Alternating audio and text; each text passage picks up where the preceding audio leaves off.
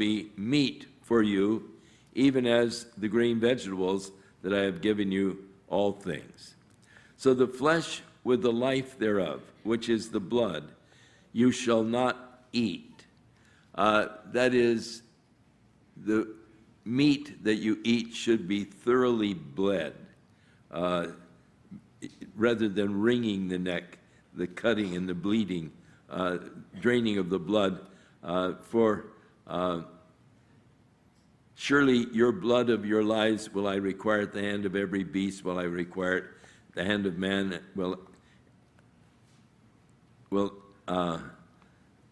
every man's brother will I require the life of man. Whoso then sheds man's blood, by man shall his blood be shed, for in the image of God he made man. Now, you remember back in the earlier part of Genesis, when Cain killed his brother Abel,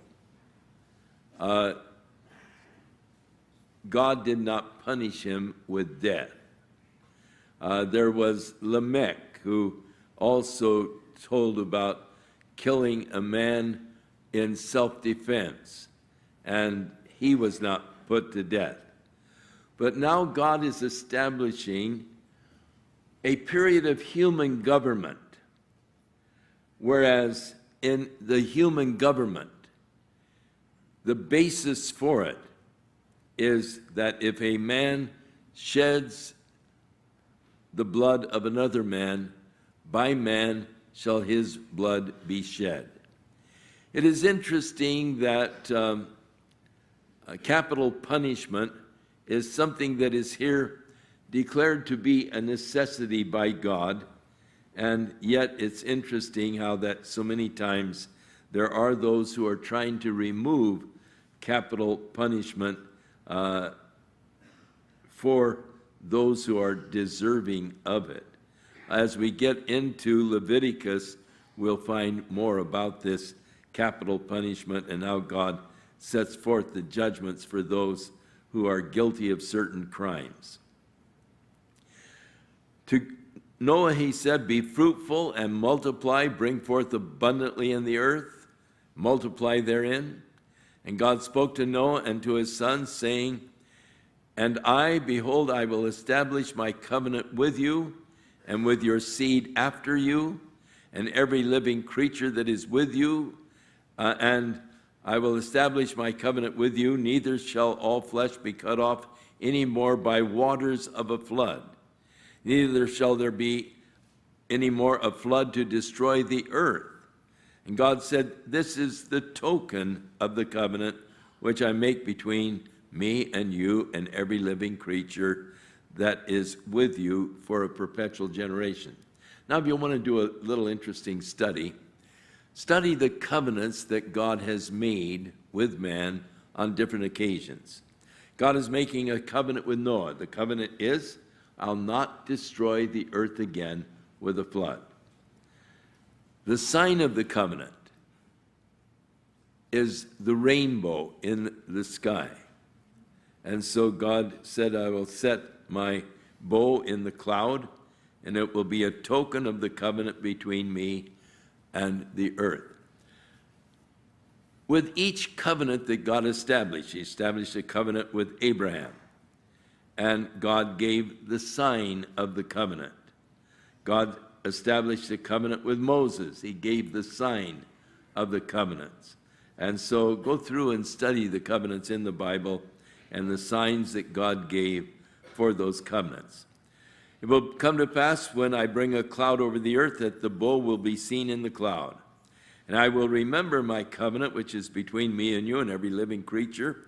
And the bow will be there in the cloud, and I will look upon it that I might remember the everlasting covenant between God and all of the living creatures that are upon the earth. God said to Noah, this is the token of the covenant which I've established between us. And the sons of Noah that went forth out of the ark were Shem, Ham, and Japheth. And Ham was the father of Canaan. And these are the three sons of Noah, and with them the whole earth was overspread. Now Noah began to be a husbandman, and he planted a vineyard, a farmer, planted a vineyard. And he drank of the wine and was drunk, and he was uncovered in his tent. And Ham, the father of Canaan, saw the nakedness of his father and told the two brothers, evidently in a sneering kind of a way. And Shem and Japheth took a garment, laid it upon their shoulders, and went backward and covered the nakedness of their father, and their faces were backward, and they did not see the father's nakedness. Noah awoke from his wine and knew what his younger son had done to him, and he said, "Cursed be Canaan, a servant of servants shall he be to his brethren." And he said, "Blessed be the Lord God of Shem, and Canaan shall be his servant. And God shall enlarge Japheth, and he shall dwell in the tents of Shem, and Canaan shall be his servant."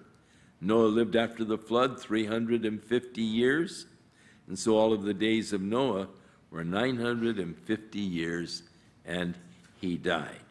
So the interesting account of Noah and the flood there in Genesis. Now, in chapter 10, where did the different ethnic groups come from? Chapter 10 is called the Table of Nations, and it tells us from which nations came from the three sons of Noah. So these are the generations of the sons of Noah, Shem, Ham, and Japheth. And unto them were sons born after the flood. And the sons of Japheth were Gomer, Magog, and Madai, Javan, Tubal, and Meshach, and Tyrus. Actually, Japheth went north. He settled around the Black Sea, and he is the progenitor of the Caucasian nations. And so probably most of us are in some way related to Japheth. It's interesting now with DNA, they can actually sort of trace what is in your DNA of what ethnic background you have. And if there's a different, in other words, you're a descendant of Japheth, or Japheth and Shem, and there can be, of course, crossovers, but they can identify.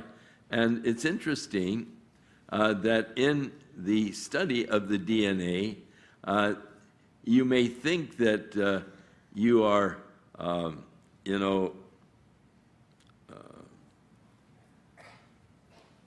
French or something, but they can tell you, no, you're not really French. But by the DNA, they know now, they can trace back your origins, which are quite interesting. Interesting in the fact that the Mormons, in the Book of the Mormon, they had the idea that the Indians of America were actually from one of the tribes of Israel, Lehi, and a tribe, or the descendants. And so that whole idea was destroyed by the DNA evidence. They found that that the Indians of America have no relationship at all to the descendants of Shem because of the DNA. So that is interesting. But Japheth, Caucasian. So if you're Caucasian, they can sort of trace you back to Japheth. Ham went south, and he settled in the area of Egypt and then on south into the African continent. And Egypt was called Mizraim, and that was the name of one of Ham's sons. Shem, the father of the Jews,